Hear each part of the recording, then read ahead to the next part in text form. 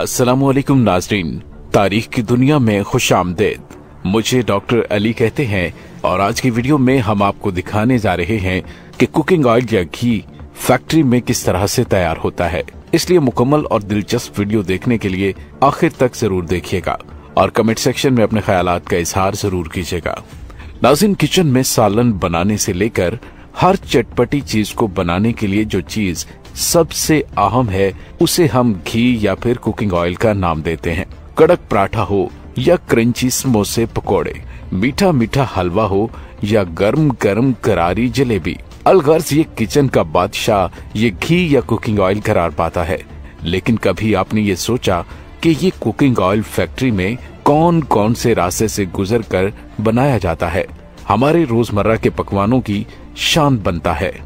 अगर जवाब नहीं तो कोई बात नहीं, क्योंकि आज हम आपको कुकिंग ऑयल फैक्ट्री में बनता हुआ दिखाएंगे। इसके अलावा लेस, चिप्स और जेरी का फैक्ट्री प्रोसेस भी दिखाएंगे। लिहाजा इस कीमती वीडियो को आखिर तक जरूर देखिएगा। तो आगे चलकर मौजू का बाकायदा आगाज करते हैं। तो नाज़रीन, सबसे पहले आपको बताते हैं कि कुकिंग ऑयल के बारे में।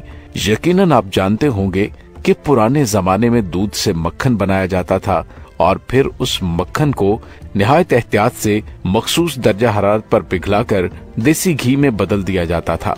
लेकिन अब तो देसी घी बनस्पति और फैक्ट्री कुकिंग ऑयल की निस्बत काफी नायाब हो चुका है। आपकी मालूमात में इजाफे के लिए बताते चलें कि नबाताती तेल में हाइड्रोजन शामिल करने से जो घी हासिल होता है इसको बनस्पति कहते हैं।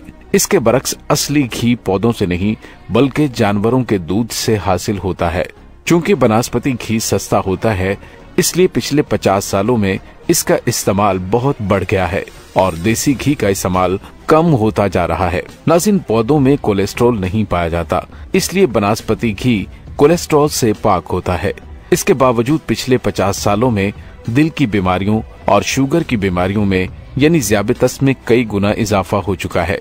उसकी एक वजह यह भी है कि मुनाफा कमाने के लिए फैक्ट्री में मुज़र सेहत अशिया का इस्तेमाल किया जाता है। लेकिन हम आपको सेहत बख्श फैक्ट्री ले जाते हैं, जहां पाम ऑयल को हिफ्जाने सेहत के उसूलों के ऐन मुताबिक तैयार किया जाता है। नाज़रीन, ज्यादातर घी पाम से ही हासिल किया जाता है, तो इसलिए कुकिंग ऑयल के पैकेट पर पाम ट्री बना होता है। नाज़रीन, पाम नामी फल से तेल निकालने के लिए सबसे पहले पाम के बीज को मशीन में डालकर इसका अर्क निकाल लिया जाता है। इसके बाद इस तेल को फिल्टर किया जाता है और इस अमल से तेल में मौजूद सारे नाकिस अज्जा खत्म हो जाते हैं। फिल्टर से गुजारने के बाद इस तेल को बहुत बड़ी भट्टी में डालकर इसमें मुख्तलिफ किस्म के रंग और पिगमेंट्स शामिल किए जाते हैं। नाज़रीन, तैयार शुदा कुकिंग ऑयल को लंबे अरसे तक महफूज करने के लिए प्री-रिजॉर्ट्स को इस्तेमाल किया जाता है। इसमें विटामिन ए और विटामिन डी को भी शामिल किया जाता है, जिसके मिलने से घी अच्छा और जायकादार हो जाता है। लेकिन इन सब चीजों के सेहत पर बहुत गहरे असरात मुरतब नहीं होते, इसलिए इसको इत्मीनान से इस्तेमाल किया जा सकता है।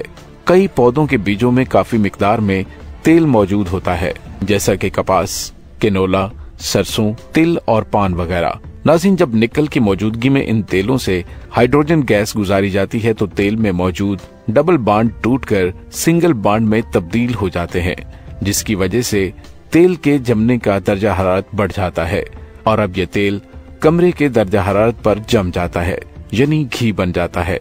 ये अमल हाइड्रोजनेशन कहलाता है।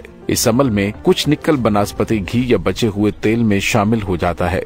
माहिरीन का ख्याल है कि बनस्पति घी और बचे हुए तेल में निकल की मौजूदगी शुगर की बीमारी का सबब बनती है, जबकि हाइड्रोजनेशन के अमल में बनने वाले ट्रांस कंपाउंड दिल की बीमारी का सबब बनते हैं। इसके बावजूद पिछले 50 सालों में दिल की बीमारियों और शुगर की बीमारी में कई गुना इजाफा हुआ है। लिहाजा घी या कुकिंग ऑयल की खरीदारी करते हुए इस बात को यकीनी बनाएं कि मुज़र सेहत या लोकल फैक्ट्री का बना हुआ घी ना हो। नाज़रीन, अब जिक्र करते हैं लेस का। आलू के चिप्स बच्चे और बड़ों सबके मनपसंद होते हैं, लेकिन नाज़रीन, क्या आपको इल्म है कि आलू के चिप्स इतने क्रंची, बहुत से फ्लेवर और यकसा डिजाइन और परफेक्ट साइज में क्यों और कैसे बनते हैं? दुकान पर रखे चिप्स के पैकेट न लंबे अरसे तक खराब होते हैं और न ही उनमें नमी आती है। आपको ये जानकर हैरत का झटका भी लग सकता है कि ये आपके मनपसंद चिप्स जिनको आप बहुत शौक से खाते हैं, इसको ज्यादा मिकदार में इस्तेमाल करने से आपकी सेहत खराब हो सकती है। और उसकी वजह यह है कि फैक्ट्री में चिप्स बनाने के लिए साबित आलू की बजाय आलू को स्टार्च की शक्ल में तब्दील किया जाता है और उसको बनाने के लिए आलू को उबाल कर या पीस कर खुश्क पाउडर बना लिया जाता है। इसके बाद इसको पेस्ट की शक्ल देने के लिए इसमें पानी मिलाया जाता है। फिर इस पेस्ट या पाउडर को एक बेल्ट के जरिए दूसरे प्लेटफॉर्म पर मुंतकिल कर दिया जाता है। इसके बाद इसको इस तरह से प्रेस किया जाता है कि ये शीट की शक्ल इख्तियार कर लेता है। इसके बाद रूलर की बारी आती है, जिस पर कपड़े लगे होते हैं और वो इस शीट को मुख्तलिफ डिजाइन में काटते जाते हैं। इसको तलने से पहले स्टील के सांचे से गुजारा जाता है जो इसे मुख्तलिफ डिजाइन देता है। यही वजह है कि चिप्स तकरीबन एक ही साइज और शक्ल में मिलते हैं। इसके बाद इसको ऑटोमेटिक फ्राई मशीन फराहम की जाती है। फिर बेल्ट के जरिए चिप्स को आगे भेज दिया जाता है, जहां उन पर नमक या दीगर मसाला जात डाले जाते हैं और इस पॉइंट पर सोडियम की बड़ी मिकदार चिप्स पर छिड़की जाती है ताकि ये ज्यादा देर खस्ता और ताजा रहें।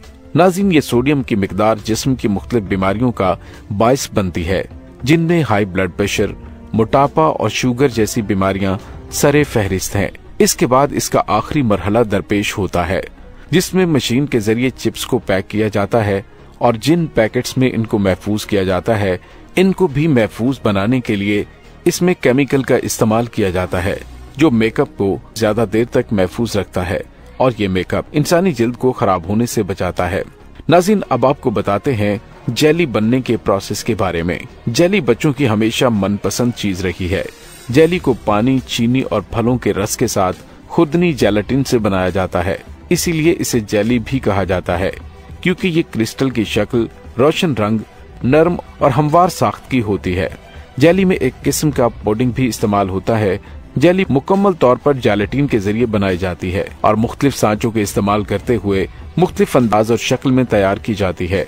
उमूमी तौर पर जेली से बनी मसनूआत माया मॉड्यूलेशन सांचे, रेफ्रिजरेशन और दीगर प्रोसेसिंग तरीकाकार के जरिए बनाई जाती है और इस मकसद के लिए फैक्ट्री में सबसे पहले शुगर सिरप बनाया जाता है और मखसूस आंच पर पकाने के बाद इसमें कॉर्न सीरम और जेलेटिन पाउडर मिलाया जाता है, जिसकी वजह से ये खास स्ट्रक्चर में बदल जाता है। इसके बाद बारी आती है इसमें जायका लाने की, तो इसको जायका देने के लिए फलों के रस को मिलाया जाता है और इस जेली को फलों के रस की मुनासबत से नाम दिया जाता है। मिसाल के तौर पर स्ट्रॉबेरी जेली और बनाना जेली। और एक खास दर्जा हरारत के बाद इसको मशीन में मुंतकिल कर दिया जाता है जो इसे छोटे छोटे कप में डाल देती है। इससे अगले प्रोसेस में यही मशीन अब कप पर प्लास्टिक रैपर लगाती है और बहुत सी लोकल कंपनियां अपने मुनाफे को ज्यादा करने के लिए आर्टिफिशियल फ्लेवर भी मिलाती हैं, जिससे रंग तो बहुत अच्छा आता है लेकिन मुजरे सेहत होती है। जेली प्रोडक्ट्स खरीदने से पहले इस बात का इत्मीनान कर लें कि ये आपकी सेहत की जामन या फिर मुजरे सेहत तो नहीं है। तो नाज़रीन, उम्मीद है आपको हमारी आज की वीडियो पसंद आई होगी। इसको ज्यादा से ज्यादा लाइक और शेयर करें और कमेंट सेक्शन में अपने ख्यालात का इजहार जरूर करें। डॉक्टर अली को इजाजत दीजिए। अल्लाह वारिस।